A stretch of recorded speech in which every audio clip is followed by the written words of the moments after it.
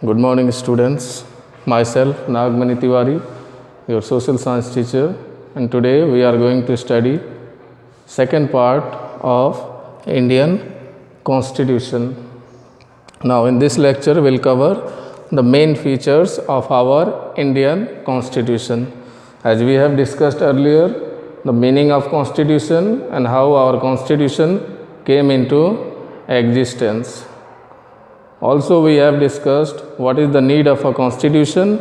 So, in this class, we are going to cover the main features of our Indian constitution.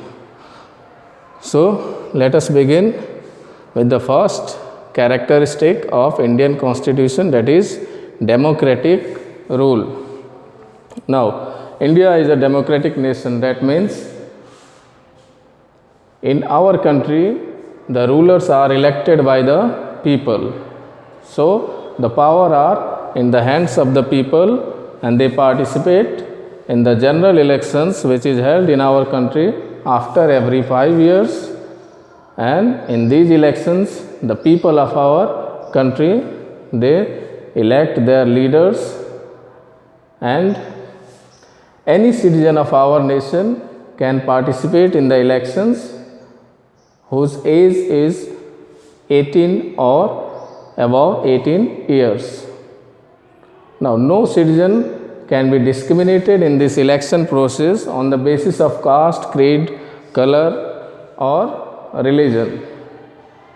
Any citizen of our country can contest in this democratic process and can get elected as a leader of our nation. The second one, that is secularism. India is a secular nation. That means in our country there is no state religion. Our Indian constitution does not give any special reference of either India is a secular nation, either India is a Hindu nation or an Islamic nation. There is nowhere any reference of any religion in our constitution. That means in our country every people can participate and practice their own religion without any interference of the state as well as the people. So, they are free to adopt any religion of their choice. Third one, that is republic. Now, India is a republic nation. That means our country has its own constitution, as we have discussed earlier. So, India is a republic nation. In our country, the people, they participate in the elections and among them they select their leaders. So, the power are not in the hands of a few people, but it is accessible to all the people of our country, and hence our country is known as a republic nation. Also, in the characteristics of republic nation, it is given that there are three organs of the government, that is legislature, executive and judiciary.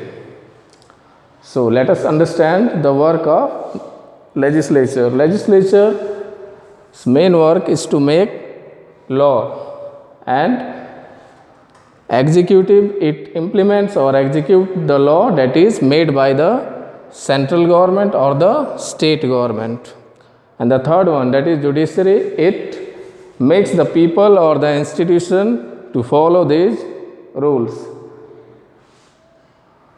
Now, moving on, the fourth feature of our Indian constitution, that is federal state. Federal means having two types of government. So, India is a federal nation or a federal state. That means in our country there are two types of government, one central government and the other one, that is state government.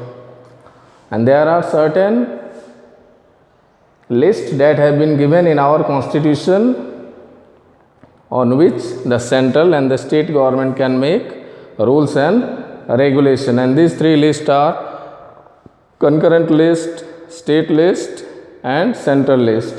Now, the law that is made by the central government are applicable all over the nation, while the state government that makes rules for a particular state.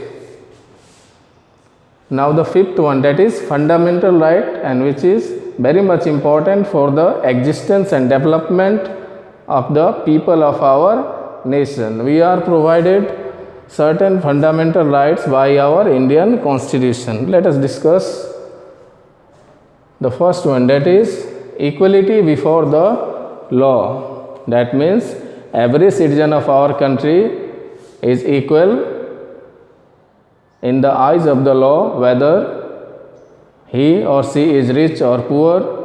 From the Prime Minister up to the ordinary clerk or peon, they are treated equally by the law. The second one, that is freedom of religion. As we have earlier discussed, our country is a secular country in which all the people have the freedom to adopt and practice their own religion. That means they can celebrate the festivals of their religion, and nobody can interfere in the religious activities of any people of our country. The third one, that is freedom of association and peaceful assembly. That means our Indian Constitution gives certain fundamental rights in which the people can form association or union, and they can assemble peacefully on religious activities or social gatherings. That is a right that is given by our Indian Constitution.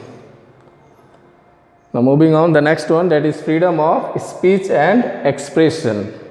As an Indian citizen, we can express ourselves through our speeches, through our writings, either in favor of a certain matter or against that matter. Either we can criticize the government on certain policies that is made by it, or we can support the policies of the government. That is the fundamental right that is given by our Constitution under freedom of speech and expression.